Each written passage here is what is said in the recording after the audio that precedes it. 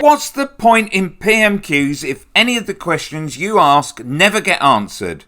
We've seen it before with Boris Johnson, but look here. Listen to Rishi Filthy Rich, Sunak, dodge Starmer's questions without even a hint of shame. Mr. Speaker, Winchester College has a rowing club, a rifle club, an extensive art collection. They charge over £45,000 a year in fees.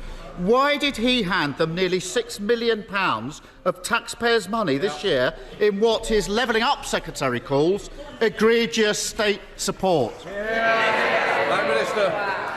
Mr. Speaker, I'm pleased he wants to talk about schools, because we recently announced billions more funding for our schools. We're helping millions of the most disadvantaged children catch up with their lost learning. And we're driving up school standards, Mr. Speaker. But during COVID, he wanted to keep schools closed. We shouldn't be surprised, because I listen to parents and he listens to his union paymasters.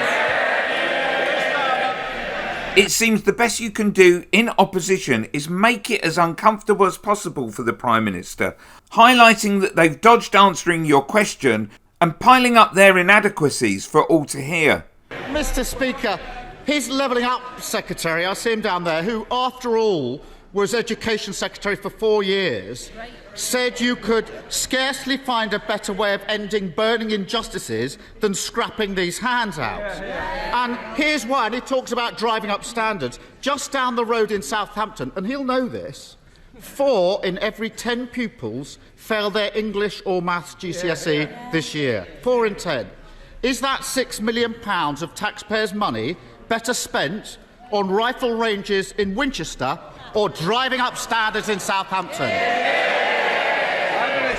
Well, Mr. Speaker, he talks about school standards. It's